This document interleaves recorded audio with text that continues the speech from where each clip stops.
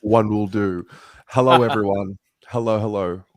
Welcome to the Blue Broad Show, Monday, the 17th of July, 2023, after a fantastic round 18 win against Port Adelaide. I'm Terry. Do you know what? I'm going to go here. I want to go here. Yeah, I'm Terry. Yeah, got to get the guests on the top, mate. I've got Pommy with me as always. Hello, Pommy. Hey up, how are we doing? We are good. Also joined with us is Ian. Ian is one half of the Navy Blue Corner. Mate, welcome back to the Blue Broad Show. Oh, mate, it's a good time to be on. I tell you what, you couldn't have picked a better week for me. Just what a great time to be a bagger. It's unbelievable. Yeah. Also, yeah. Who said that? Lilac Man, Adrian. Love the Big color. Sloge. Love the Thanks, color. mate. Did we settle on Thank lilac you. or was it purple? I'll take anything at this stage, to be honest. But I think I said purple. Sloge likes the lilac, so we'll go with whatever. Whatever gives It's us the everything, win, to mate. be honest. Yeah, the win is I'll most wear it. important. I'll wear anything at this stage. Well, it's good to have you here. It's good to be here tonight. I think tonight's going to be a fun show. They're always fun after wins, but I think after a convincing win, one where I don't know if there can be any more doubt about whether or not this is real. Oh, just about. Oh, it's so hard to think that what we saw for most of this season and then what we're seeing now. Like, I think that's where a lot of the doubt comes from. But, mate, they were undefeated in, 12 games. They can talk about all the outs they want, but you do that kind of demolition performance, and what more questions do we have to answer? It's a good point. We're going to touch on it. One of the items on the agenda tonight is it real? So I think we'll get into that. Before we do, we'll play the Fan Cams compilation and get this party started.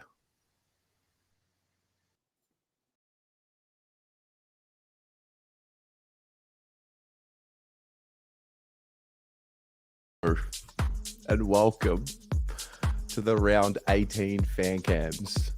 After the Blues demolished the Power, 18 goals, 14, 122 to 10 goals, 12, 72 at Marvel Stadium. We said there would be scenes, and scenes there were. Mate, you've changed. Hey, them fucking Port Adelaide, I told you. I said it this morning to you, didn't I?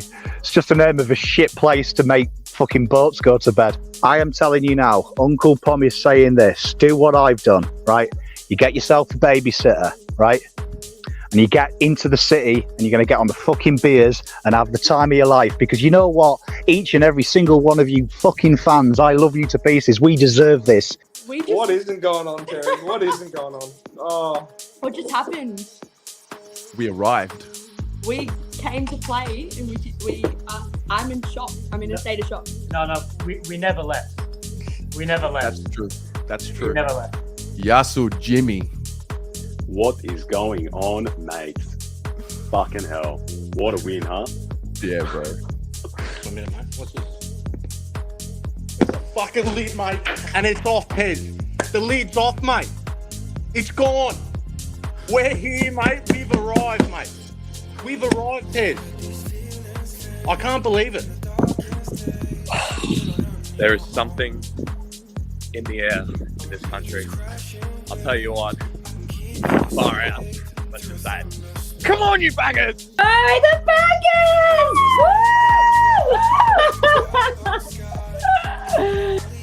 I rate us so highly at our best, but I don't know if I was expecting us to be the second team on the ladder that's won 13 on the trot by 8 goals.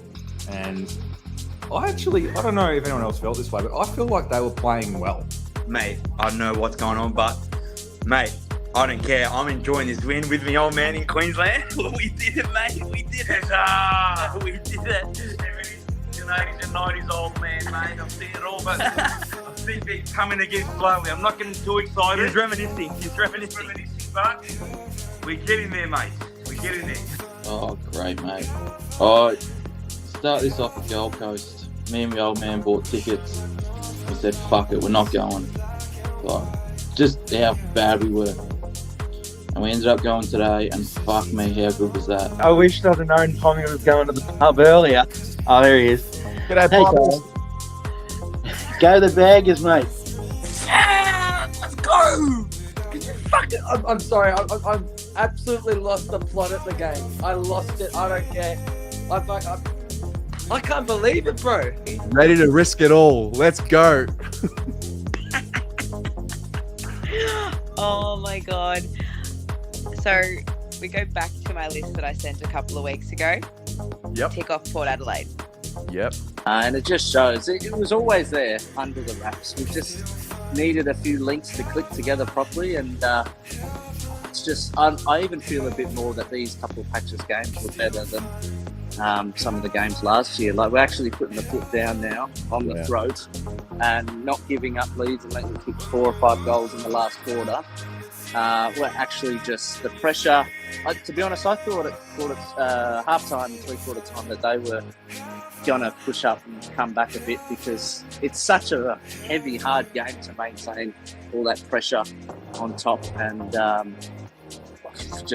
I was so nervous in that last quarter, but I didn't have to be at all, because we were really solid. It was just really good to see.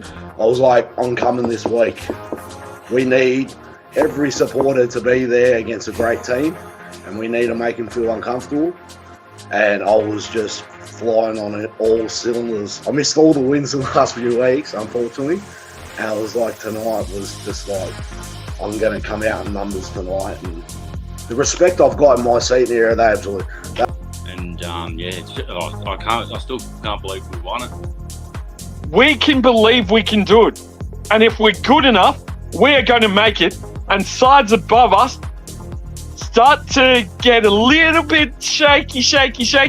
Absolutely. Mate, what a game. I came into the game quietly confident, to be honest, because I put up that video before of all the Kool-Aid colours I saw at the shops today, and I was like, this is a sign. There's too much Kool-Aid in the shop here.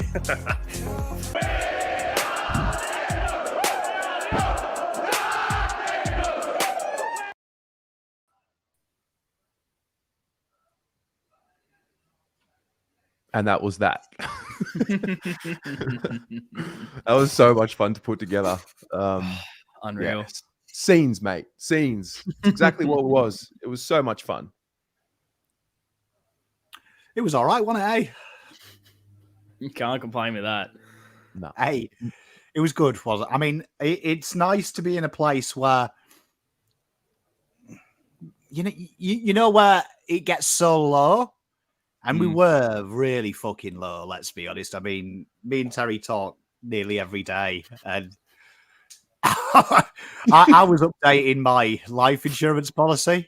Do you know what I mean? By about round 9. But nah, I mean, honestly, the turnaround is remarkable. Spoke to a legend, Barbaza, this week. He sent me a message to do some research in 1978 with Mr. Jezza coming in and Carlton's horrific early season form. And I wasn't there, so I can't attest if it's like that. But I actually can't think of any time in professional sport. I'm 38 and I watch just about every game that is a sport. I'll watch anything tiddlywinks. If it's a professional sport, I'll watch it.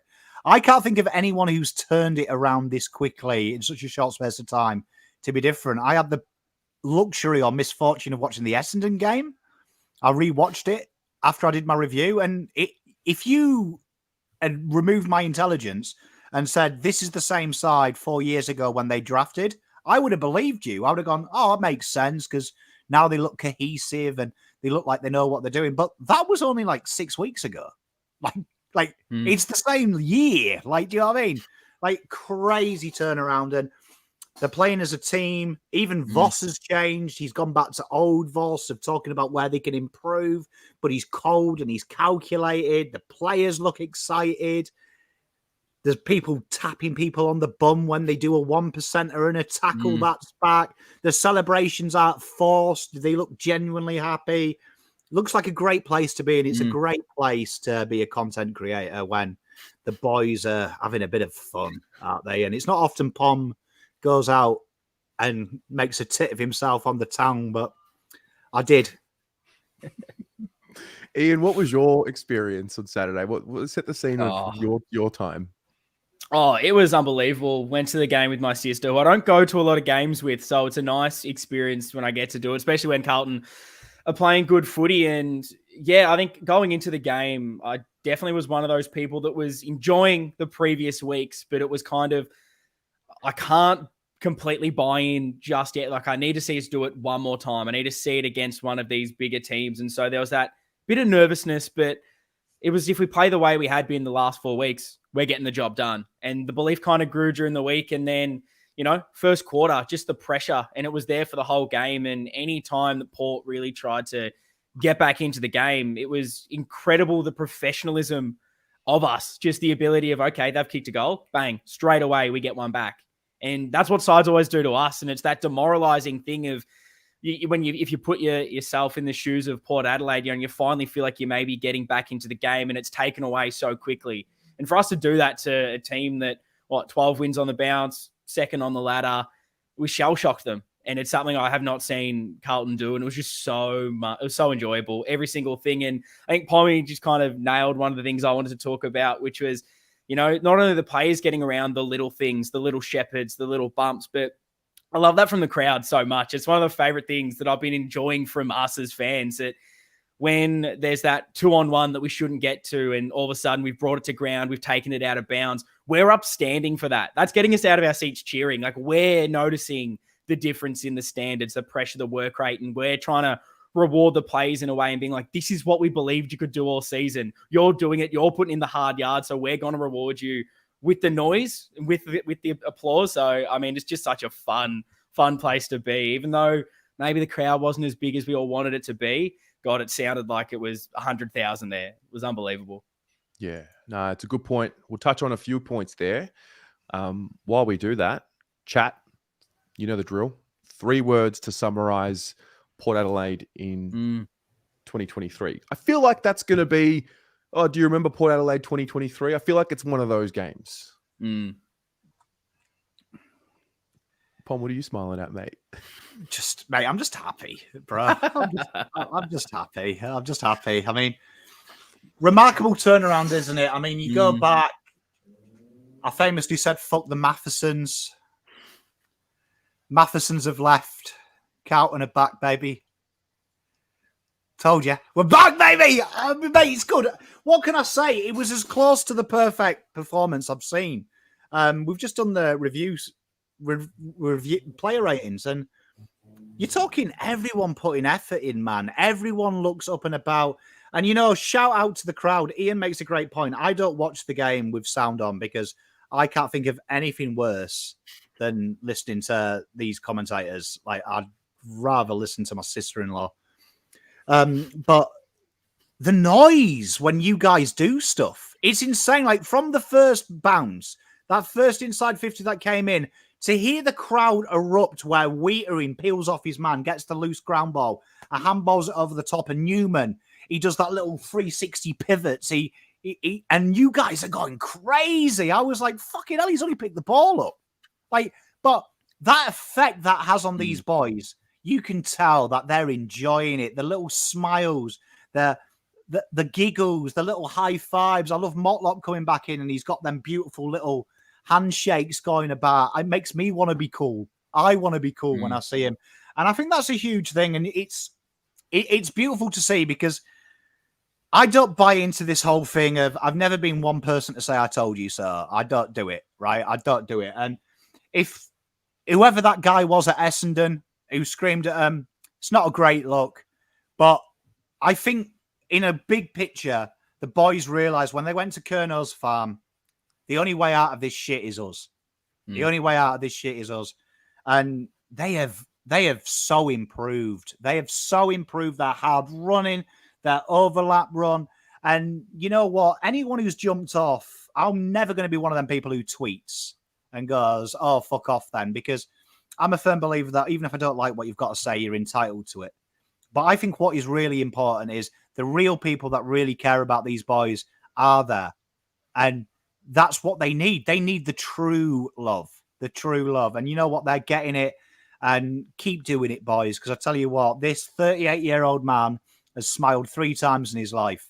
Right, 2 of them were kids, and the third time is when Charlie Kerner takes a loose ground ball get and just snaps one through, thinking he's prime CR7 and giving me the biceps. And that raw is insane. And you know what? As the old song goes, build a bonfire, put Collingwood on top. You put Port in the middle and burn the fucking lot. Very good. Very good. Ur with the 80 says another 10-goal win this weekend. Well, get it done. We will see. We will see. Ian, you touched on something I want to expand on, and that is, excuse me, 2 things.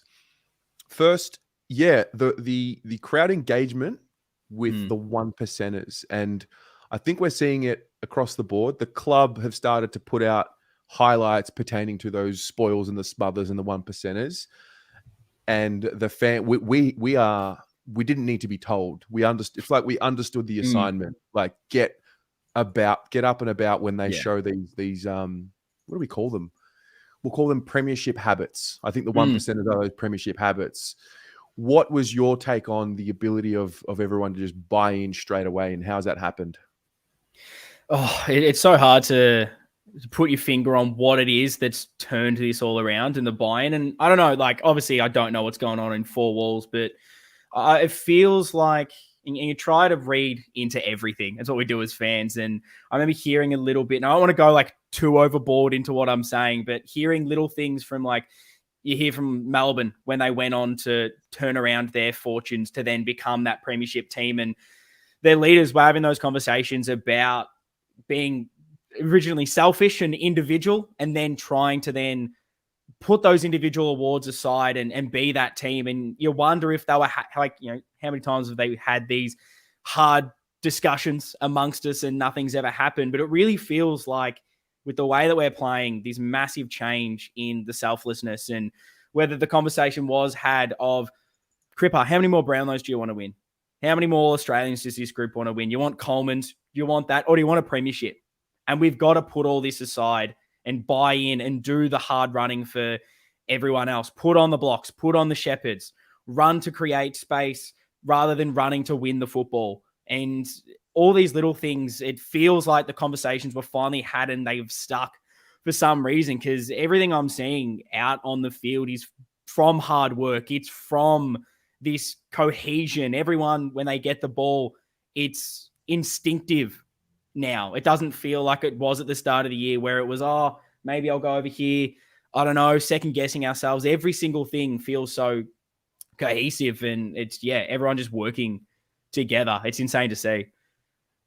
Pom, what do you got there, mate? Chills's comment has broken me. Get out, Chills. Stop the watch along, brother. You are influencing out here, mate. Oh, dear. That's broke me. Yes, that's broke me. Now, Spawn. I mean, I think there's a vibe. I mean, let's address it.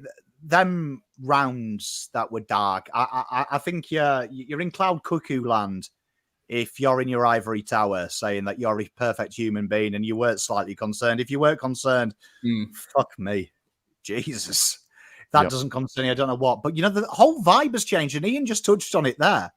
Even the engagement, and Gav's just made a great comment about the engagement. Even the engagement from the club to us has changed. Like, there has definitely been a culture shock, and I'm not one to pull someone out and say you're the example, but I go back and I remember this phone call I had. I was in the car, and I think Terry had spoke to me the day before, and I thought Terry was like probably 24 hours away from ringing me and saying, Pom, can you look after Blue Abroad? I'm going to go and live on a kibbutz.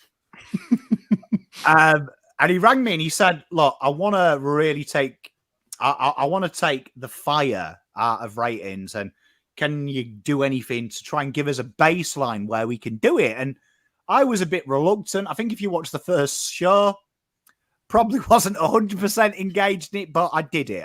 And I understood what Terry was trying to do. And that week was probably the best week of my life as a content creator, because I kind of started to get really into the stats and try and find, like I always do, my process is scream fan cams Monday, and they're trying to tell you how to fix it. And we had all that content about overlap run, committing, making the mistake and risking getting caught on the back. And you're seeing that now from the boys. The boys keep getting caught on that counter, ironically. Port did it twice to us, very early doors, but they keep going now. Now they're not going, oh shit, it worked twice, failed 3 times. Now they're like, let's do the 4th. Let's do it 5 times, 6 times. And ultimately, there's a great little stat I can tell you. By the 3rd quarter, Carlton have nearly run out of interchanges the last 3 games. Carlton are really maximising them interchange benches and putting the pressure on and getting the game dead as quickly as possible. And you know what? Shout out to Terry here. I don't often pay Terry public compliments. I do it behind closed doors. But you know what? Terry, mate, you started a revolution, my friend. And I think, you know, it's kind of, it's been a whole thing. Terry came up with that. The club had their Kerner retreat. We had a Terry phone call. Everything's back to where it is. Good. Well, I think it was, now that we're past the 6-week losing streak and the 8 of 9 losses, whatever it was, now is when you can really start looking back and reflecting and thinking, okay, what was it for? Like, what in the moment, Ian, none of us really knew what was happening. It was because it was unknown. In the moment, you're like, oh my God, are they falling apart? Are the cracks appearing? You look back now. Well, actually, I'll ask you, well, what do you think that period was? Because clearly something has happened from there. There's been some reflection. What do you think it's going to do for the group moving forward? Yeah, you hope that was the moment that they needed. And it's tough because it feels like we've had so many of these potential, I don't know what you want to call them, but these turning moments for us. You have the David Teague gets sacked and you think maybe that's the turning moment, or even, you know, Bolton gets sacked. You think that's the turning moment and it didn't happen. You think maybe last year was that final moment where they've gone through that heartache and they can turn it on, but they've never really maybe had what they've had this season of, okay, bit of expectation. They were playing some good footy and then all of a sudden things really turned on them. They went from we're playing finals to, okay, wow, where maybe this whole list is actually getting a proper rebuild and it's no longer just the coach that's going, it's the whole list. And I don't know if maybe those little things are what, and obviously it's just outside noise, but that kind of makes you really look within, because how many times have we scapegoated to an extent? And maybe it was just, I think we can all kind of agree that the coaching groups and certain things needed to move on. But this was really the first time the fans, the media, everything was really dissecting the list and saying, maybe we do need a bit of a rebuild if we're not able to turn this around. And that really can make these players have to look inside themselves and realize what they want to do. Do they want to be a team and players that play for a couple of years and get some money and that's it? Or do they want to be premiership players and be remembered? And do they want to really listen to Vossi and we don't want another coach anymore? We want to buy in together. And I feel like, this can hopefully be that final moment where they're sick of failing. They're sick of losing. We want to win. And everything that you're kind of seeing now, it obviously just wasn't built overnight. I think there was signs through that poor period. I think in that Sydney game, you saw elements of it. You still saw elements maybe in that Essendon game of us trying to get it to happen, but there was still so much going wrong. And all of a sudden you get that reward against the Suns and it starts to give you what you need. And it's just been a ridiculous reward for this relentlessness that we're seeing. And I have not seen us run and work as hard as we ever have. And I think when they've finally been able to do it, to not only, get that reward on the scoreboard, but get that just reward from everything, from the fans, the media, every single thing. It surely goes a massive, massive way to show that this is how you need to play football. It's interesting because I think I mentioned it last week and it can't, I don't think we can say, the club has shown stability because we won 4 in a row. We beat Port Adelaide, who had come off 13 straight. I think in order to prove stability, you have to actually go through the fire. So my best guess for what it's going to mean is a test of the whole club and its actual stability to not let because the outside noise for Carlton, we're one of a few clubs where that noise is so hot. There's so many people that talk about Carlton, whether they're fans like us, whether they're creators like us, whether they're paid media personalities. And my best guess is that it was just a test of the true stability of the club, and it had to be capped off with a loss to a rival in Essendon, and to see if we were going to sack another coach after that. And now you watch Gold Coast sack their coach mid-season, and I don't know, did you guys look at that and think, oh, that used to be us? Yeah, it felt like it. And particularly because you have like the whole dimmers of potentially available, and what do you do? Do you stick with the guy, or do you go the route that we always seem to go down? And I think that's something I touched on with Lockie quite a lot on the pod through that period. And we didn't have the answers. We didn't know what the correct thing to do was. But I think the sentiment that we were trying to build was whatever the decision the club do, whether they realize that maybe Voss isn't the right guy, or the assistants, or the playing list, whatever it was that wasn't right, or whether they believed it was right, just stick with what you think and don't do it just because you feel like you need to adjust something. If you believe that everything is right and it's going to turn eventually because that's your plan, and you think, hey, Vossi's ticking the boxes for me, it's just not on the field, the playing list is what we believe he's going to get it done, then stick with it. Make change if you think it's necessary, but do what you think is the right thing to do. And if you stick to that, if it works, it doesn't, but at least you can actually look back and be happy with the decision you've made, because you didn't veer from it. And I feel like this is the first time as a club we've kind of stuck to our guns. And I think you may be seeing some reward for that now. And fingers crossed it continues. Long may it continue. Pommy, what do you think it was for? Well, a great person, Petra, said that we had to have 3 pains. We've had 2. The third's coming. I'm a firm believer that pain, suffering, misery is a fantastic method to improve and rebirth and change yourself. I think the big thing for me, and we talked about this on the phone the other day, Terry, is this club, since I've been here, has always had 3 cycles, and they always react. So one of them is, when anything goes wrong, we look for excuses. The pitch was wet. We didn't expect the weather to be like that. We didn't expect it to be that cold. It was raining. Yeah, do you know, like, the media love the sack coach. Did they make the mistake with Ross? And because Ross had got some cheap token wins, look how St Kilda are planning out now. And we react on it. And this time, you know what? Fair play to the club.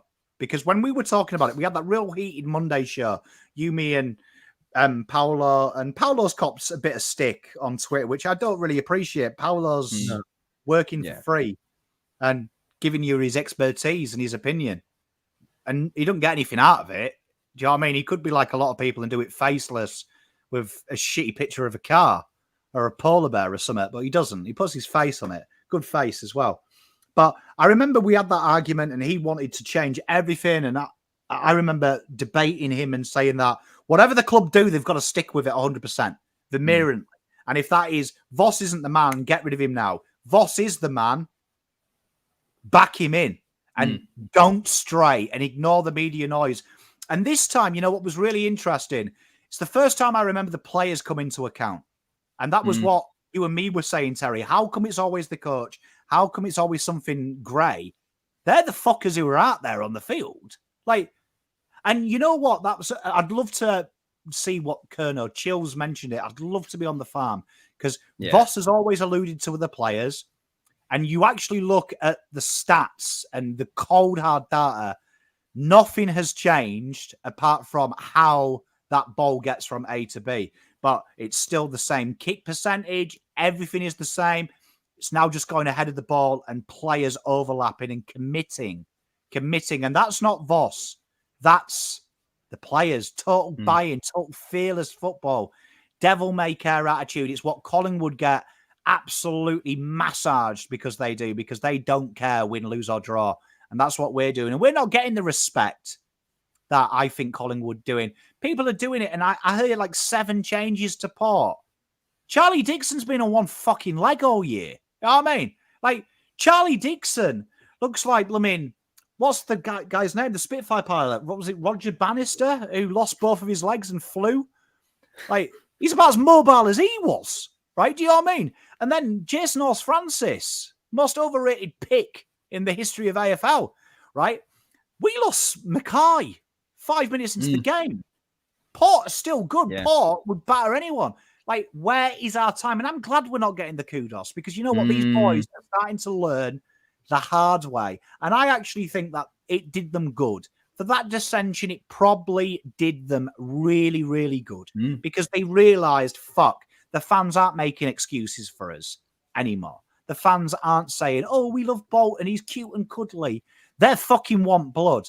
And that was a good thing because that was when the boys realised, you know what? We can get ourselves out of this shit if we just fucking commit.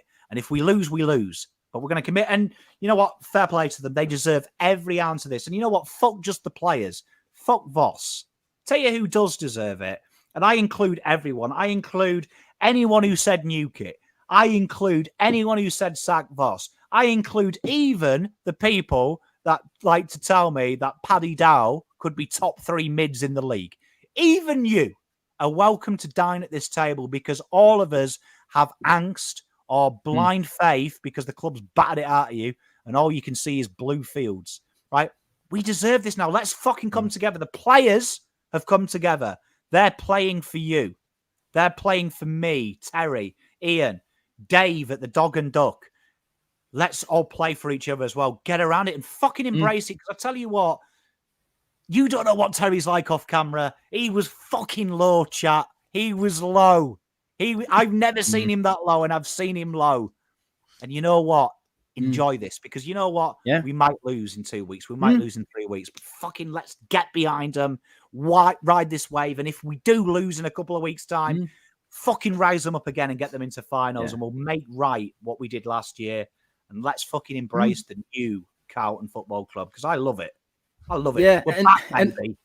And I love this, Pommy. It's like you can enjoy a win. You can get as excited and happy as possible. It doesn't mean you're getting ahead of yourself. We're all making funny jokes, lids off, like that Blues are back, all this stuff. That's fun. That's what footy is. That's what supporters are here for. We're here to get our hopes up and then, you lose next week. Who cares? We've seen how bad it's been this season when we're not playing well. So of course you're going to enjoy it. And I think we all process things in our different ways and we all go about it in different ways, but we're all Carlton supporters. We're all here. We all are as passionate as each other. So yeah, 100% Pommy. Let's just enjoy it. And however the road, wherever it takes us, who cares? Let's just enjoy it. Where's all my arrogant Collingwood fans at, eh? Where are you? You're going to be fucking quiet now, eh, baby? They're the ones that we should actually be trying to get at, not each other. Yeah. I think that's as a in a moment of reflection as well. You have an infinite scale of possibilities of what is happening in this life, right? And so, in the Carlton Sphere, it was from one extreme, from blow it all up and rebuild and start again, all the way to extend Voss and just stick fat, and everything in between fell in between somewhere. Yeah. And so I think very much like what we were saying last week, like we would rather have no All-Australians and play finals football consistently and win premierships than have 3 All-Australians and not play finals like last year. So it doesn't matter what you said, how you said it, what your opinion was. I think we can take this moment to just forgive everyone and just get back on board, mate. Just get back to the stadiums and let's just go at it again. Because at the end of the day, it's true. And it's easier said than done because we care so much and we see opinions and it gets annoying. When we all actually come together, that's when the lid blows off. Mate, that guy who screamed at the players, it was out of order. I didn't personally like it. And I said it at the time. It's not really what I like to see, but I fucking understand. The game gets to me at times. Do you know what I mean? I want to kick a cat and I don't own one. You know what I mean? I get upset. But at the end of the day, that guy who screamed, he fucking wants to win just as much as the guy who's going TDK is the greatest ruckman of all time ever, if not historically. Just because they are different, they still want the club to win. So at the end of the day, do you know what I mean? I've got a lot of family members I don't fucking like. But you know what? When someone dies, you have a beer and you hug them, don't you? You know what I mean? I'm like, that guy's a complete fucking melon. Oh, shit. Auntie Tiff's died. Oh, come here. Love you, mate. Great to see you. I haven't forgiven you for fucking ripping that off my action, man, you prick. But we do it. And just stay together, man, because I tell you what, I am going to spend, the minute the final siren goes, we're looking at an absolute demolition of West Coast Waffle side, right? Probably a 100-point win. right? We've been singing all day. Me and Gav are pissed because I'm going to be drinking at the watch along this time. So me and Gavin will be a little bit cooked in chat. I am going to straight away get up Swoop Luke's goat. I'm coming for him because I'm feeling confident. I've stayed quiet the first time we played because I wasn't confident. But you know what? I'm up and about. So I'm going to be getting stuck into him for a whole week. And you know what? My DMs are going to be littered with pommy cunt, fat pommy cunt, hate poms, fucking dickheads. Poms are just posh Americans. That was a really good insult who sent me that from America, though, because that really cut me deep. Right? But I need you guys with me. Don't need all of you fighting, because I tell you what, the secret of life is many opinions formulated into one fucking answer. And that is what the boys have done. I reckon some of the boys, Adam Sard's probably like, I need the ball in motion to be good. Right? And he's probably said, Blake Acres, you don't do this. That stops me doing it. Right? And there's probably a difference of opinion. So what they do is they have a conversation. And they go, okay, well, if I do this, and then Voss hears it and he goes, and we're going to talk about it in a minute when Terry's finished this segment. We'll talk about, and I've got a little test for you. Who is the most improved player from then to now? So from them 4 games, that was shit. Who's the most improved player, do you think?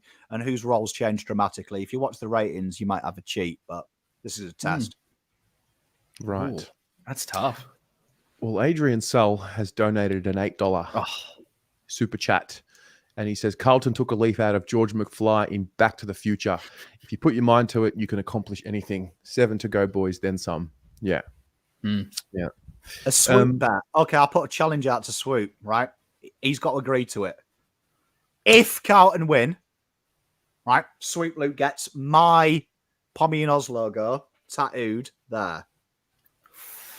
When Carlton win, that's what he gets. If Carlton lose, which they won't, so it's an easy bet, I'll get Swoop's logo on my arm. Do we have an accord, Swoop? Pommy's gone big. I don't think he's watching. He's got his spies. They're all sad. They've got nothing better to do. They want to see a good-looking 38-year-old Pom in glasses. They want to see Terry and Big Ian. That's all they've got in their lives. We are their life. They will be texting him now. He'll probably be in the chat by 7:45. There's the bet. Can't want to win it. Don't worry about it. Easy. Right. Easy gig. Let's just bring this back to round 18 for one moment. Just one moment. I want to go through the votes, guys. So we're going to do 3, 2, and 1. Those of you in the chat, type your votes in the chat right now, and I'll put them up on screen. Ian, we'll start with you. Your 1, 2, and 3, and then once we do our round, we'll do a special mention or an unsung hero. Yeah. Oh, it's another tough week to do votes. I gave my 2 and my 1. I have switched them so much, but I'll end up giving the 1 to Cripper. I thought he probably started a little bit slow, but then my God, did the man step up when we needed him to? And I thought that tackle in that last quarter was unbelievable, and he just did the little things, which I'm loving from Cripper as well. Probably, I might have been higher in my votes if he maybe slotted a couple of those goals. There was that one when he's just running down the ground, and I was on the wing behind him, and I reckon every single person was half out of their chair ready to explode if he kicked that one, but he gets my 1. Newman gets the 2. He's just had a ridiculous season. This man does everything and started to push up a little bit more, and I love to see that. And then 3, it's clear. It's Sauce. Just wow. I've been so critical of him this year and probably throughout his career. And he's the one that you want when you're critical of to prove you're wrong the most. And he's just been exceptional. His second efforts, his ability to hit the scoreboard and be a target and bring the ball to ground when we needed him to without Harry. He's stepped up so much since really the bye. I love it. They're my votes. Very good. Pommy? 1 vote, Captain Fantastic himself, Cripps, same as Ian. 2, Nick Newman, loving his new role. It makes me happy. And 3, he might have to get his own individual nickname, I think now, J-Sauce. Tell you, it's a little bit hard. Might have to just give him his pure nickname, his own one, because I tell you what, he's been sensational since that bye. He has been. He's owned his role, selfless, found his place, looks really comfortable with no pit and net. And the TDK JSOS combination made me think, gone Grundy who? Yeah. I'm way up and about. I've melted the lid. You made a live bet to get a tattoo of Swoosh Yeah, Luke's he's logo gone on your nuts. arm 2 weeks before we play Collingwood. Tom does what he wants. He does what he wants. I liked Zainab's votes. I went with Newman 1, Cripps 2, and JSOS 3. That's how I did it. I also want to give a shout out to Rana and Leah Kerben, who are in Lebanon. And so is their father, Nabil. And they watch from Lebanon. So, unreal. How would I say hello in Lebanese? Marhaban in Arabic. Say marhaban. Maharban. I'm not going to even attempt it on. Oh, wait a live minute. Well, TV. what? So we just throw a bomb to the Wolves. Ian. Yeah, oh, mate, go for it. What is it? What is it? Okay, I'll give it a go. What is it? Give I'll it. say it again. Marhaban. Marhaban. Yeah, we'll do that. We'll take it. Yes. And I'm not sure. I'm not sure if they're Muslim, but if they are, you'd say Salaam Alaikum. We'll skip that one. We'll skip that one for me. I'm too basic Australian for this. Okay. Well, Ur, that's my specialty. Ur has thrown a 15 and he says maybe JSOS gets his first Brownlow votes. Yeah. He was, if you guys missed the player ratings as well, Sauce got the first ever 10 in the new system. What a far cry. We did a trade, delist, and keep, was it 3 weeks ago here? 4 weeks ago here, Pommy? And I think we were getting rid of JSOS if we were listening to the chat and have a look at it. It's just a good example of not letting the outside noise infiltrate and just continuing to work at it. You know, fair play. I think the trade, though, and I remember that show, I don't think anyone said trade him. It was because he had to find a role for him and he didn't have a role. And that's one thing you've got to credit Voss and Jack with. They've worked a tireless role. And you know what? Fair play. Fair play to him. So, like, honestly, there's no one prouder. I mean, I've changed the fucking rating system to give him a 10. Can we go through an unsung hero from the game? Or just a player you want to highlight that won't be in the votes, but you just want to give them a bit of a shout out? I thought DeConing was unreal again, to be honest, as someone that I think it was in potentially a couple of people's votes, but there was just a few follow-up efforts from the ruck contest where he's getting tackles and winning little things that he probably had no right to. I feel like his other last game was probably the Suns game, probably the two best games he's ever played of AFL football. His ability to work hard like the rest of them, and I think his tap work's improving as well against some of these ruckmen. I'm really excited to see what he can do for the rest of the season, and whatever happens with his contract is going to happen, but I just want to see him continue to get better week in, week out. I thought he was really impressive. Pommy?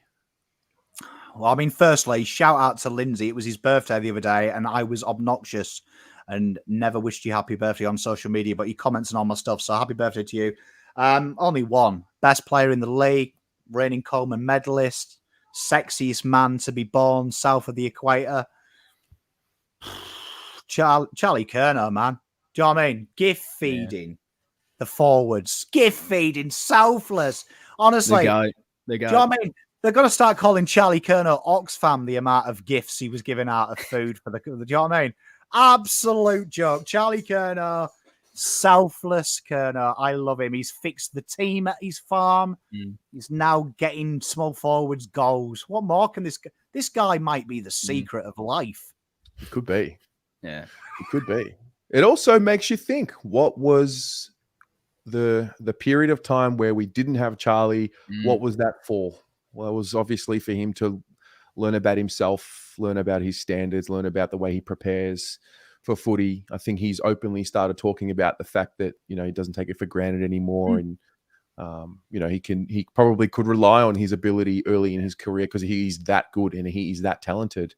And now when you put the preparation together with the talent and the hard work, and you start to see it. So fair shout. I really wanted to go Lockie Fogarty because he's just quickly becoming one of my favorites. Precious, you know, unreal, off the charts. But mate, but McGovern. Yeah. McGovern. Yeah.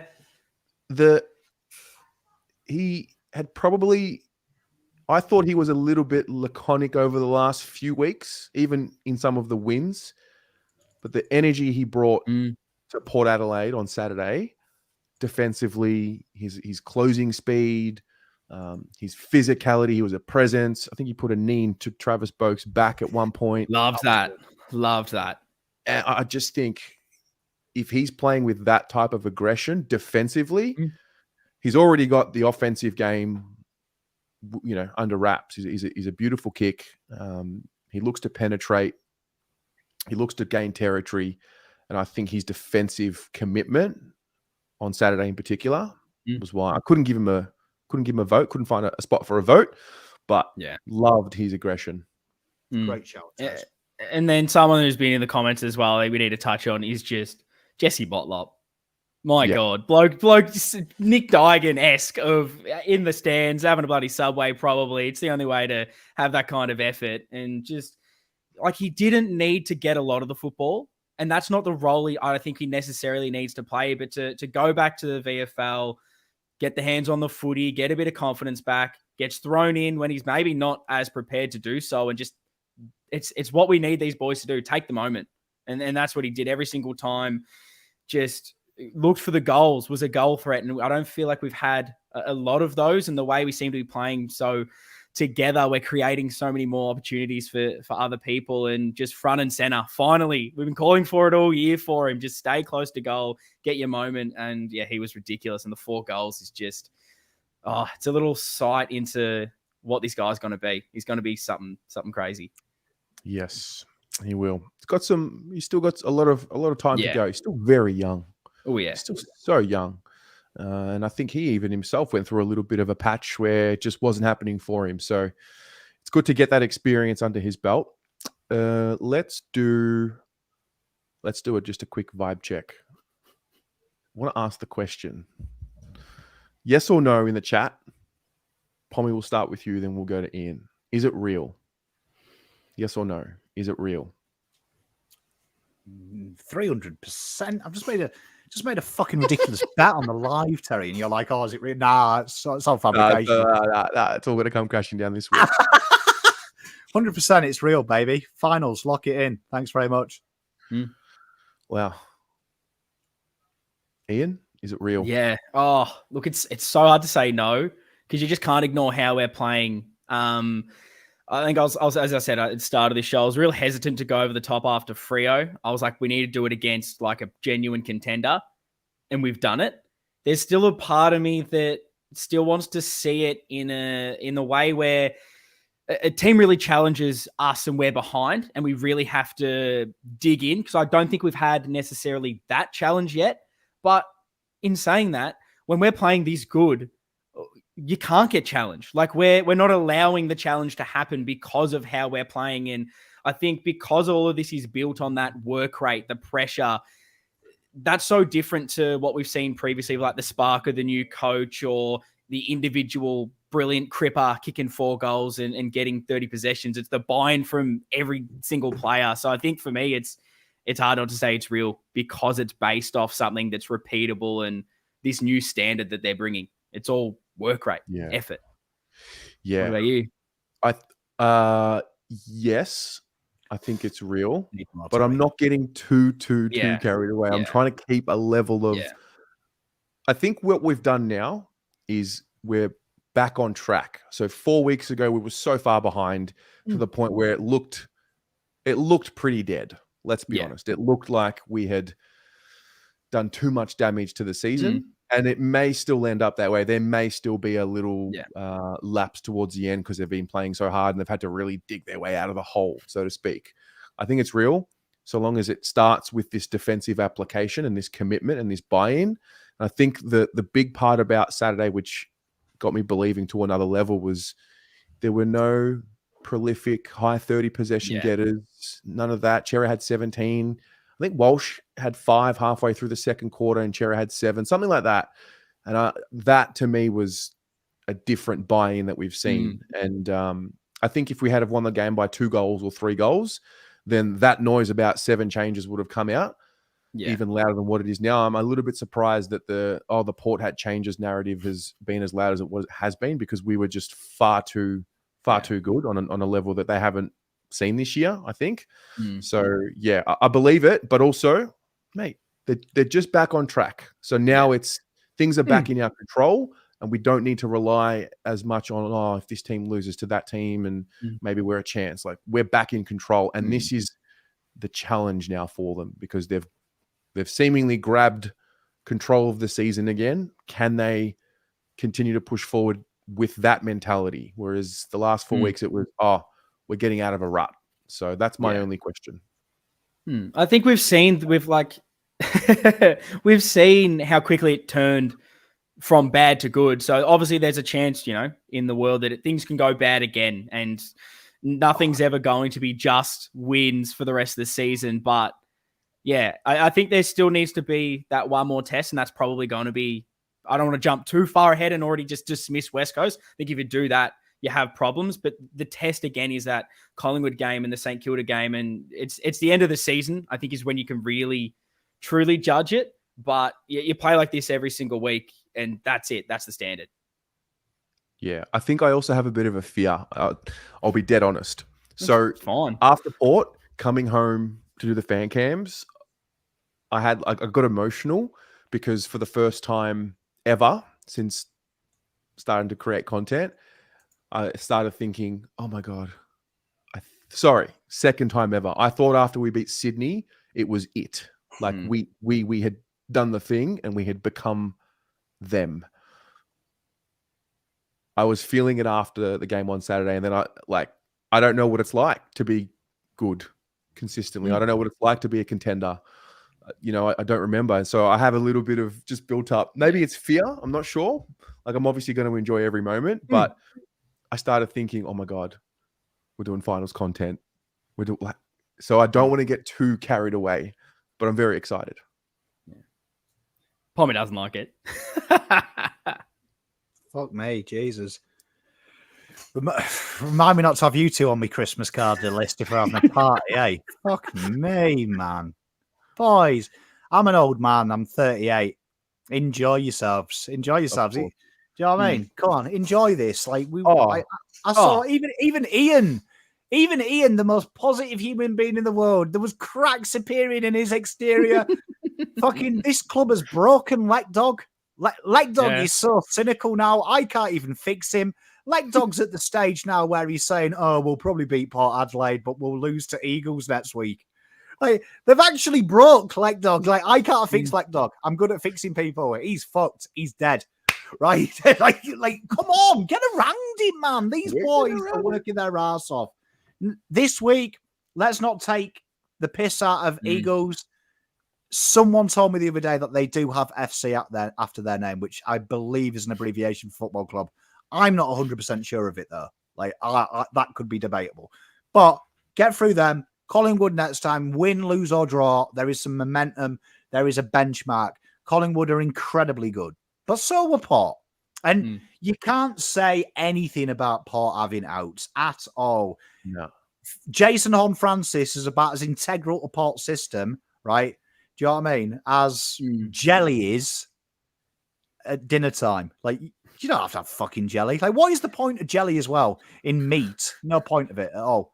Like, just have an airtight container. It's fine. Enjoy it, Terry. I'm enjoying it. Are playing finals. Man, look at my face. Finals. I feel Saints will young drop again. out because they're dog shit. Absolutely garbage. Their best player is a guy that we delisted. That's how good they are. So we're playing finals, right? Fantastic. We're in. Enjoy it. Bring on Geelong at the G. Right? Can't wait for that game. Can't wait for that fucking watch along. Can't wait for that watch along. Where's all my Geelong brothers at? Hey, just up the road from Werribee. Hey, you always give shit. You cried when we beat you. You'll cry when we knock you out of finals. Don't worry about that. Wow. Okay. Well, I'm gone. Lid's gone. That's the vibe check, I guess. It is real. We'll go through just to recap the coaches' votes, how they were given. So Nick Newman with the 2 votes, Charlie Kerner with 2, Tom De Koning with 2, Dan Houston with 6, Patrick Cripps with 8, and Jack Silvani with 10.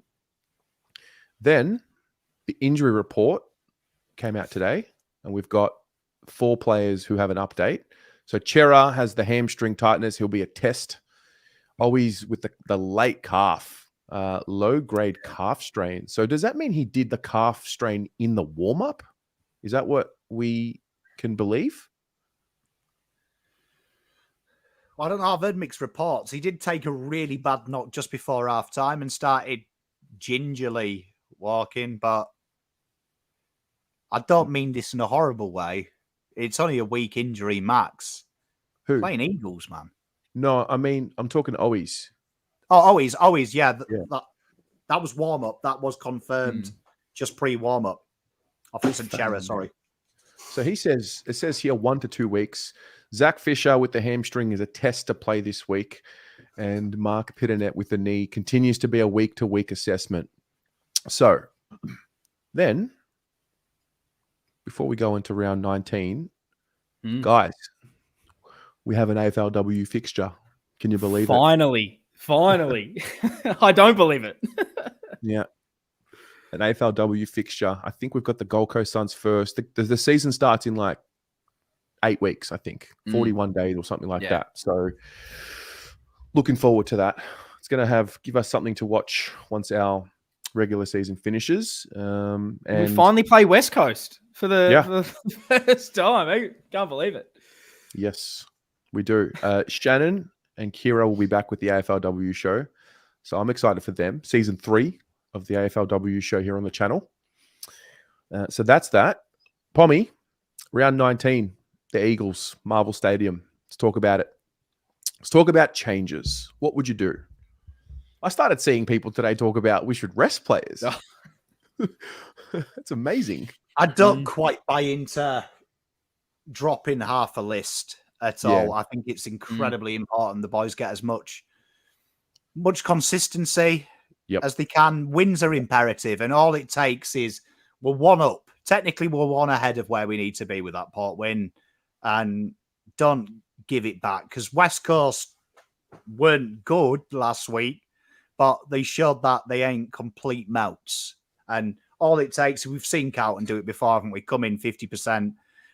Hello, Adelaide, Bryce Gibbs game. Do you know what I mean? So they can't go in lethargic. So I would probably be looking at trying to keep it really, really simple. If it's the injuries that we know about, Boyd, if he is suspended, Boyd out, Cowan in, straight swap, hope Boyd gets away with doing absolutely nothing but his job. And I mean, then there's the argument, do you swing McGovern forward? If you swing McGovern forward, though, you're losing his intercept off the back. And I think that is so integral. And it's all right, people saying, oh, Marchbank can do it. Can he? Can he? Like, Charlie Kerner is a god. And he was average his first 2 or 3 games when he came back. Different level. So do Carlton look at just bringing in a small? Do you know what I mean? Bringing in a small, maybe bringing in Carroll, who's played that high half forward role. Is it Binns and you let Cottrell's pay more at the high half forward? Do you know what I mean? I think that's it. Do you bring Lewis Young in? That's going to be a question. But then do you ruin the equilibrium in the ruck? That's going to be a big thing. You've got to look at it that way. But at the moment, the structure's working, and any option you have of bringing Young in ruins that equilibrium, because Young would have to come in and play 100% as a forward. All right? Which, can he do it? People are mentioning his draft year. His draft year was a long fucking time ago. Do you know what I mean? And there's a reason that Nick Austin was one of the guys that converted him into a key defender, because Paul Goldshot, very good mark. So Liam Jones, remember that. So to Carlton, look at how the forward line worked. The forward line worked well. Jesus, Martin, they did it. They're not going to be able against much Kosh. Lemmy, is it too early for him? I think it is for me, from what I've seen from Lemmy. He's only started to get a nice vein of form. I wouldn't want him to have a horrible 4 weeks.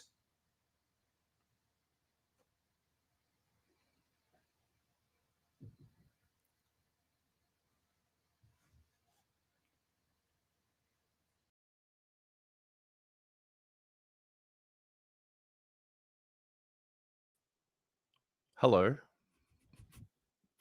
I'm not sure what happened there. We just lost a bit of connection. Stand by. We'll get everyone back in. All right. Sorry about that, guys. Bit of technical difficulties. Wait, can you guys see and hear me? Am I tripping? Yes. Okay, great. Well, what I wanted to do next was go through the round. Thanks, Nikki. Thanks, Clinton. I wanted to go through the round and just look at the whole round as a whole and look at some predictions and just tip the round with all of you here. So while we wait for Pommy and Ian to come back, I'm just going to share my screen here. Doing this on the fly. See, this is live, guys. This is the challenge of live. You got to be prepared for anything. So, guys, let's tip. I'm using Joe's Wi-Fi. Tip. I would like to know who is winning this first game. Western Bulldogs, Essendon, at Marvel. Yes, I've got the ladder predictor out. We're only going to do one round at a time. I'm gonna go ahead and say the Dogs will win this by 20, and I want to actually do a margin for this. So I'll play along with you at home right now. I'm going to say the Dogs by 20. I'll give you all that 15, 20 seconds. All right, you're pretty there with the Dogs. All right. Let's just say, yeah, that looks like about 20. Okay. Then, with error now, link won't let you in. All right, hang on. I got to get the boys back in here. Richmond, Hawthorn at the MCG. I'm gonna, not a complete. I don't know. I think Richmond's the logical one. I feel like Hawthorn are just one of those nasty teams that can do a little something. So, who do you think? I can see a few Hawks in here, a few Tigs in here.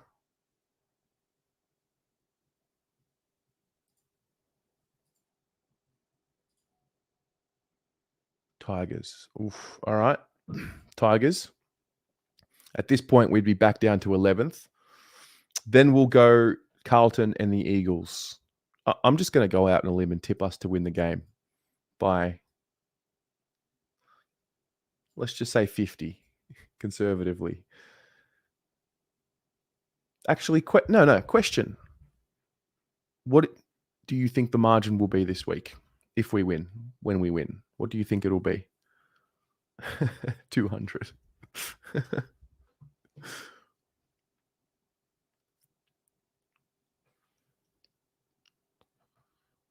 55, 60, 675. Okay. We'll leave that at about 50. All right. Brisbane, Geelong at the Gabba. Who are you tipping?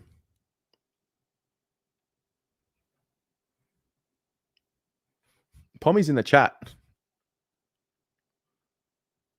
Pommy, I see. There you are. Okay. Hey. Yeah, I don't know what happened. Got a weird error message, and then when we tried to log back in, it said that the chat was no longer here. Yeah, I thought the stream had ended above all else. Otherwise, I wasn't too worried. I thought, yeah, you guys can handle it. But I think it was a stream. As we tried to join back, it just kept saying stream does not exist. All good. Oh, look at this, mate. We've got Ian back as well. Welcome back, my friend. We got hacked by Collingwood. We're back. They're trying to keep us down, but here we are. My first reaction was, okay, fuck, what do we do? Ladder predictor. Done. So guys, Brisbane, Geelong at the Gabba.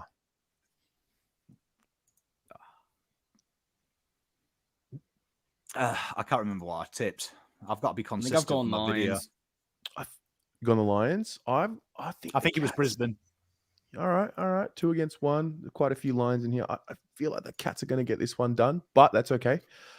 Freo, Sydney at Optus Stadium. Oh, flip a coin. Sydney. Yeah, I think Sydney have a run in them. I think Freo are cooked. Freo are less cooked than Saints.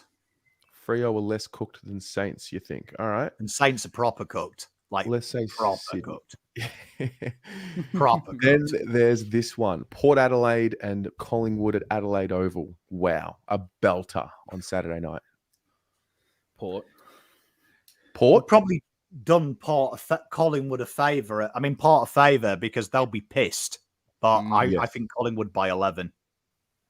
Collingwood by 11. Or the chat are going with Collingwood. Oof, it's very It'd be great split. banter if Port won.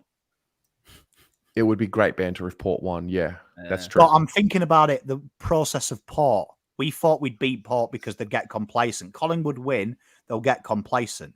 If they lose, they're going to be so fired up to play Carlton. True. Okay, so it's Collingwood. Collingwood win.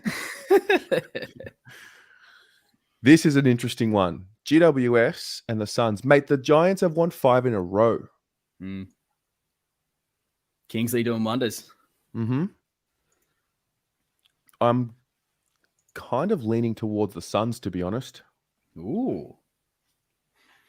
You only win one game, though, with a new coach, don't you? Then it goes downhill.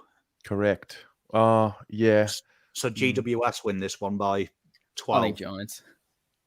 All right. My tipping's been atrocious this year, so I probably shouldn't be listening to my predictions. Anyone that listens to the pod knows how bad me and Lockie's tips have been this year. It's horrific.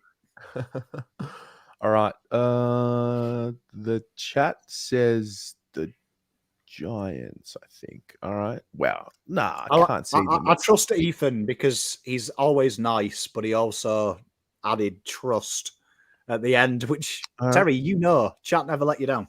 Chat never let you down. Melbourne, Adelaide at the MCG. Melbourne at the G. Wow, the Crows. How are they? I think they're 11th right now. St Kilda North at Marvel.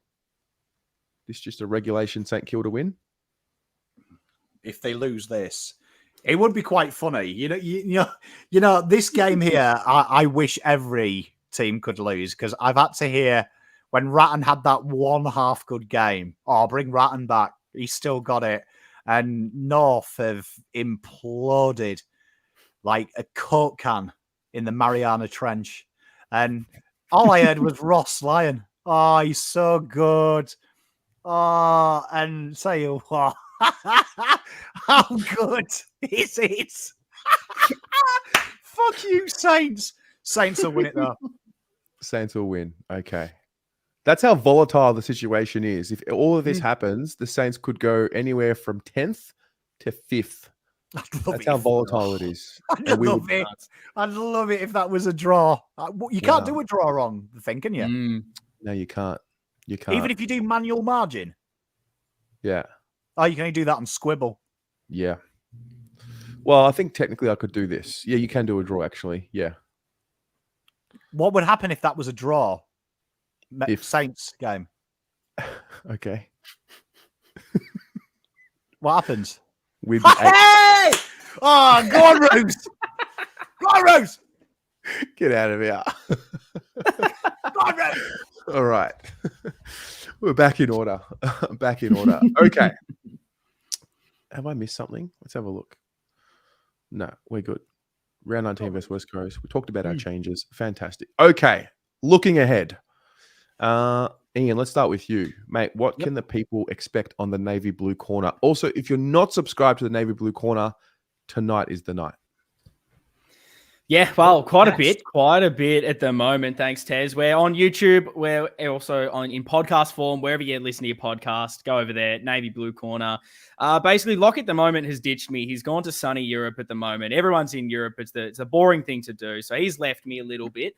But maybe it's a good thing. Maybe he's the good luck charm and he needs to stay there. But we do a match review.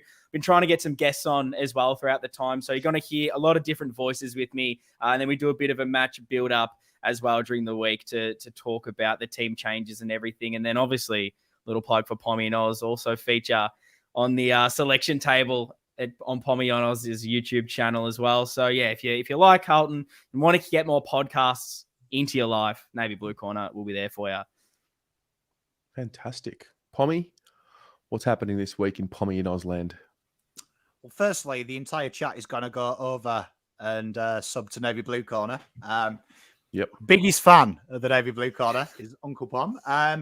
You will see Wednesday, everyone who is on your screen now, plus 2 others on the selection table. I forgot what my own show is.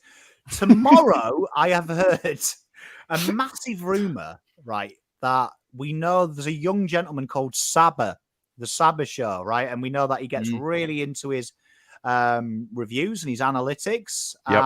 And there's a rumor, I have heard a strong rumor, that someone is guesting with him on the review. Tell you what, the guy he's guesting with Saba's fucking good. It's a guy called Pom. Really fucking good. I like that guy. One of the few podcasts I listen to. He will be on there, so stay tuned for that. Preview, review. We've got no VFL review, so we're making stuff up. So me and Lek Dog, your favourite person, Lek Dog will be guesting with me on Wednesday to do the how do you fix the Harry Mackay problem? Ooh, very good. And just on Saba, I think the channel's called The Saba Show. I did a Carlton People episode with him a month ago, maybe a little bit longer than that. I think we're in the midst of our losing streak. In terms of like the craft of putting the edits together, yeah, we're looking at the future. He's a star in the making. So make sure you check him out. So tomorrow on the Blue Abroad channel, Pommy, I've just seen these overlays. We're going to get to them for a little bit of bonus content tonight. So just stand by. I didn't realize you had some gifts for us all. Tomorrow at 7 p.m, you know what it is. It's the Jumper Punch. Have a look at this for a promo. Hi, this is Fraser Murphy from the 1987 Premiership. I'd like you to watch the Jumper Punch every Tuesday night and just remember the old days. Thank you.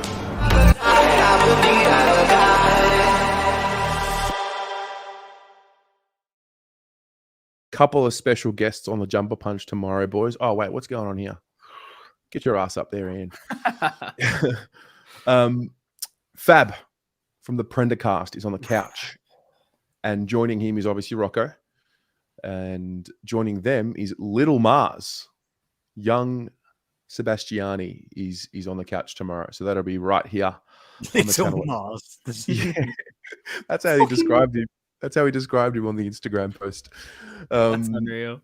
Yes. So that's tomorrow night. Wednesday, 8 p.m, the preview will be out. And then, mate, whatever. Like, it's just another good week. Another good week ahead. And we've got 6 more games left. The formula is what the formula is. And we go from there. Now, for those of you that would like to stick around, Pommy's got some... I don't know what you've done here, mate, but do you want to take us through this? This is incredible. Okay, so I asked everyone in chat who was the most improved player in this turnaround, and there was a few answers. I'll let you flicker in, but here he is, ladies and gentlemen, your Mr. Change Around. Wow. And look, we cover this at depth tomorrow on the Saba Show. We go really into Mr. Nick Newman, giving the Newman some love. But look at his output change. And we're going to explain a little bit why.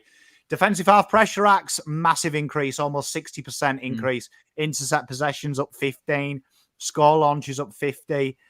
This is a big one, one-on-one percentage. He hasn't been beaten in the change around. Hasn't been beaten. Doesn't even know what it is. Pressure acts, huge increase. Tackles, huge increase. Now, why has that happened? I want you to look at the big one. 6 down, meters gained. Did I count? 5 down, meters gained. 53%. That is an mental change. And this is why. On your left-hand side of your screen is Nick Newman's average position. So he was swung up half-back, but also in the back pockets. Recently switched with Doc and also switched with Sard in the last game. And playing behind the ball in an almost CDM position. If you notice some of the dump kicks of centre bounce, he's the first person there playing in the centre half back position. Carlton have done that, and his job is to bring it to ground. This guy here is Voss's, probably, in my opinion, best tactical move, because you have seen something come out of this guy. And it's a huge, them numbers are piss take improvements. So a lot of people saying that the biggest misconception when we were going through dark times, I was a big Voss defender saying it's not tactics, saying he tries stuff. That guy there, tactical masterclass from Voss. He's seen the skills, and everyone in the back line's playing better. And Newman's doing the hardest role, and Carlton have tried people. But remember, we used to complain about Doc. End product wasn't quite good. Nick Newman is that guy. He's that man. He's that new man. He is him. He is him. Nick Get him Newman. That contract. You know what? I've got a feeling he could be top 3 in the BNF. Yeah. Plowman. You know, Plowman used to get top 3 for Bants because his name sounded like a job. Newman might be. Still can't believe Lucky Plowman was top 3. Behave, Carlton. But Nick Newman, legit. Honestly, I will be shocked if he isn't top 3 because that guy is just fuck me. That job though. But go back and watch the plays. Just behind the stoppage, every time Port do their kick, they love to do, and that's Carlton's weakness. 65 out teams love it there. Nick Newman is just bring it down, right, and that's what he's doing. He's not going for the mark, just spoiling it down, working around it. And it's really interesting that Carlton start from that 6-6-6 with Wheater in McGovern, Kemp as the back 3. And that's the biggest change. They're the furthest 3 back. Sard, Newman, and Boyd half back. So they actually sacrifice height and say, we're just going to bring this to ground and we're going to kick your ass on the way. And it's worked. We peppered the best side in the league this week at doing that. Goals from stoppage, their quickness. We fired back so quickly from that. So, you know what, Michael Voss, now you watch the show. Well done, you little ginger fridge. Well done. Ethan, mate, absolutely. I will be here tomorrow for the tribunal. I'll be here hanging out. If anybody wants to join, you have an open invitation. It'll be very chill, very low key. We'll just sit and wait for the verdict. I think it's going to start at 6, either 5 or 6. So, yeah, I'll be here tomorrow for the Jordan Boyd tribunal decision. I'm pretty sure it's tomorrow. It's usually Tuesday night. It's going to be shit for Chance because, Why? well, he bumps who he wants. Like, what am I going to say about Boyd? Oh, he does his job when he wants. Free fucking tribunal for doing his job. I know. The fact that Honestly, Rochelle Michael Christiansen, biggest mouth in the world. I've had rants about fucking the Mathesons. There's only one guy I hate more than the Mathesons. Michael Christian, what a fucking turnip that guy is. No, well, we need to put some good energy into Michael Christensen for tomorrow. I think. Nice. He's just doing his job. Hey, not very well. We got the best in the business, so just lock it in. Yes. So we're trying to overturn a 3-game suspension. So that's going to be interesting. Anyway, 3-game suspension for doing your job. Nonetheless, guys, Ian, mate, thanks for joining, bro. Appreciate it. That was fun. No worries, mate. Anytime. It's been a pleasure. Pom, always thank you for your time. Bye, everyone. Gali Nichta. Laila Tov. Dus Ba'alacher. See ya.